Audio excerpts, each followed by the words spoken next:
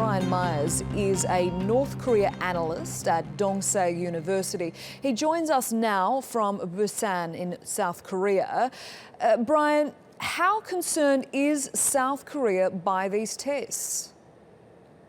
They're not all that concerned because, as your correspondent in Seoul just told your viewers, this is pretty much an annual occurrence. Whenever these war games go underway in South Korea, the North Koreans respond by ramping up rhetoric and very often firing short-range missiles, Scud missiles. So they're not all that upset.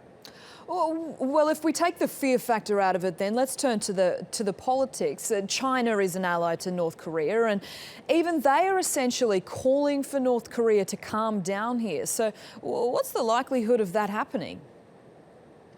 Well, we've never actually seen China get serious with North Korea before. And the South Korean media is reporting that things are very different now than they were in 2013 after the last round of UN sanctions, when there was virtually no difference in trade between China and North Korea.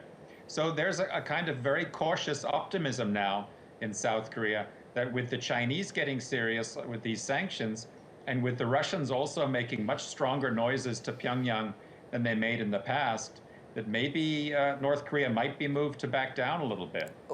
If North Korea continues on this path, where does that put its relationship with China? And how exactly would that play out globally?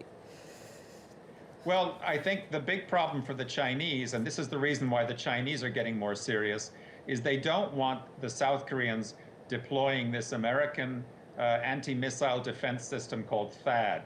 The Chinese perceive that as a threat to their own security. And the president of South Korea was, I think, able to send the message to Beijing that if they don't want this missile system, anti-missile system, to be deployed in South Korea, they've got to get serious with the North Koreans.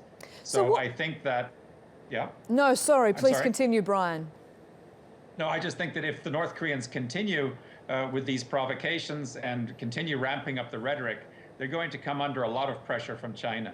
So what's North Korea's game plan here if they don't, if they're losing an ally or certainly making the relationship fragile with China? What's their end game? Well, you know, the problem with North Korea is that it's kind of painted itself into an ideological corner. When you're a military first state, you derive all of your legitimacy and all of your public support from the perception that you're strong and that you're standing up to the outside world. Now, to the North Korean people, there's not that much of a difference between China and South Korea. They feel very paranoid. They feel the whole world is against them, and they kind of like to see their leader standing up to the outside world in this way. The problem is that this might, push the North Korean leader down a road that he might regret. Brian Myers in Busan in South Korea. Pleasure to talk to you.